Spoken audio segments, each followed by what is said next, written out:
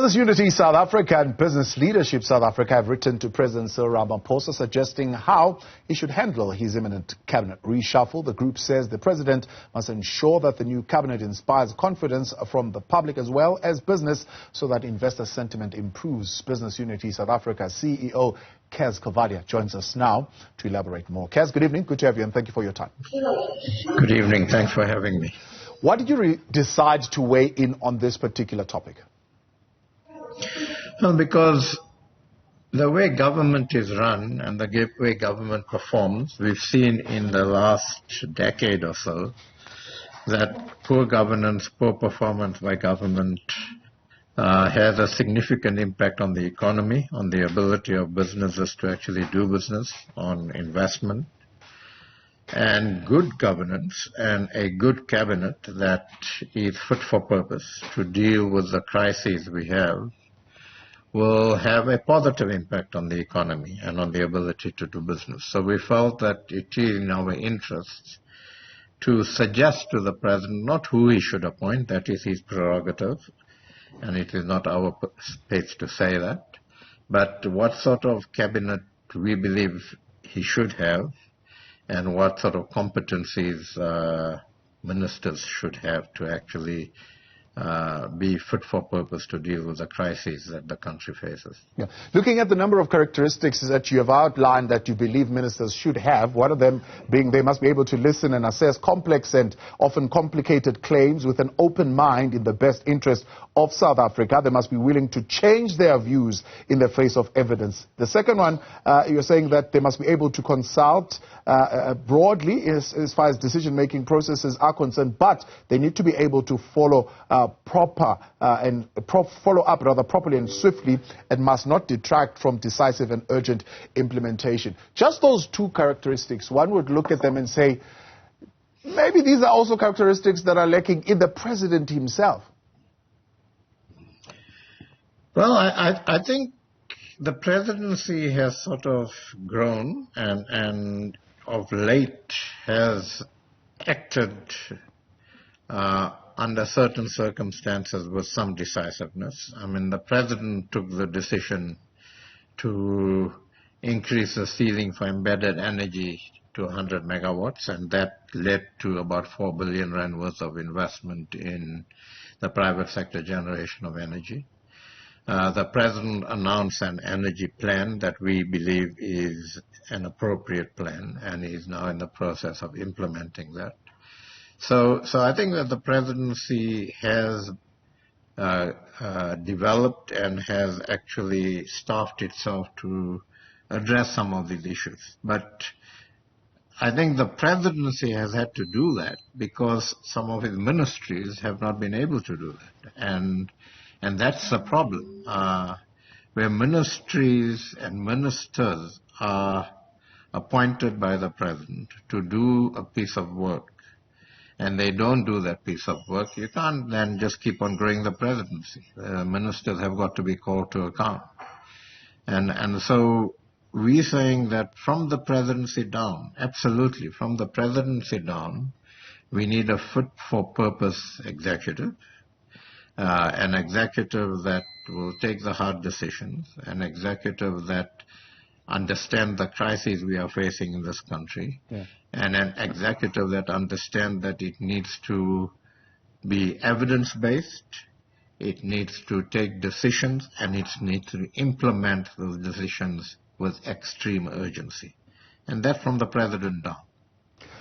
One could look at, for example, what has been happening in the first term of the president's administration and say part of the reasons why we have not seen this rapid implementation is because purely of the reluctance, as you put it, of the ministers to change their views when it comes to certain issues based on the fact that it's not the ANC resolution. Now, essentially what you're asking is you want a minister who's able to defy Nasrec resolutions. One would say you're going to have to look really hard to find a minister that will be able to do that in some instances. Well, it's not a question of defying Nasrec resolutions. It's a question of separating party from state. Ministers are there at the behest of the president The president is president of this country, of all the people in this country, not just those who voted for the ANC. And what we are asking is for the president in particular to rise above the toxic politics in the ANC and to show leadership that will bring this country together and bring all the resources and capacity this country has, no matter where they sit, to bear to address the crises we have. Now, we're not for one moment saying these are easy things to do, but we are in a situation where we need decisive and courageous leadership. And that's what we're asking for. And if there's decisive and courageous leadership, if the environment is created for investment and for growth, investment will flow, as we saw in the embedded energy situation, as we saw when we were able to leverage off the minerals boom sometime last year. But if the environment was correct, we could have leveraged even more of the minerals boom last year. So it's those sorts of competencies we're looking for. And look, you're a minister, and you are a minister on behalf and the behest of the president and representing the entire country, not just your party. And there needs to be some sort of not distancing, but you can be informed to an extent by your party. But if what your party wants as policy is not in the national interest, you've got to be able to differentiate between the two. Give me a sense of why you believe that a good sum of government departments are not behind, for example, the work of the National Energy Crisis Committee. Well, we get mixed messages. The National Energy Crisis Committee tasked with implementing the President's plan is quite clear. The President's plan is clear that we need to create an environment for the private sector to actually produce energy. President's office's own figures will tell you that in the next 5 years, probably 80-85% of energy needs to be produced by the private sector. There's no other way to go. And every minister, not just ministers responsible for energy or so on, every minister in the cabinet must back that plan and must do what they need to implement that plan. It's the president's plan. And that's the other thing we're asking for, is that we've got to have a cabinet that's aligned behind the president. And why do we feel that some ministries may not be supporting NECOM? Because we have mixed messages coming from cabinet. We have mixed messages coming from cabinet on a whole range of issues. And that just does not instill confidence. That certainly does not tell investors, okay, they are going to be willing to invest here. And those are the sorts of things that any new cabinet or reshuffle cabinet the president appoints need to actually address. You seem to be concerned, maybe concerned would be a lighter word, but maybe you have even stronger feelings around the idea that is being branded about that, for example, they'll do away with the Department of Public Enterprises, and each SOE will then fall into the particular relevant portfolio within the various departments. So, i.e., ESCOM will fall under Department of Energy, and Transnet will fall under Department of Transport. Why are you particularly averse to that kind of approach? Well, I think one needs to separate the role of shareholders from operations. Department of Public Enterprises is a shareholder.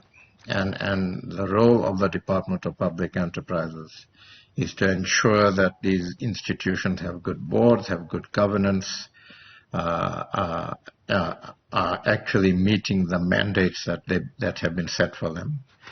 And then the operating department, so in this, let's take transport and Transnet as an example.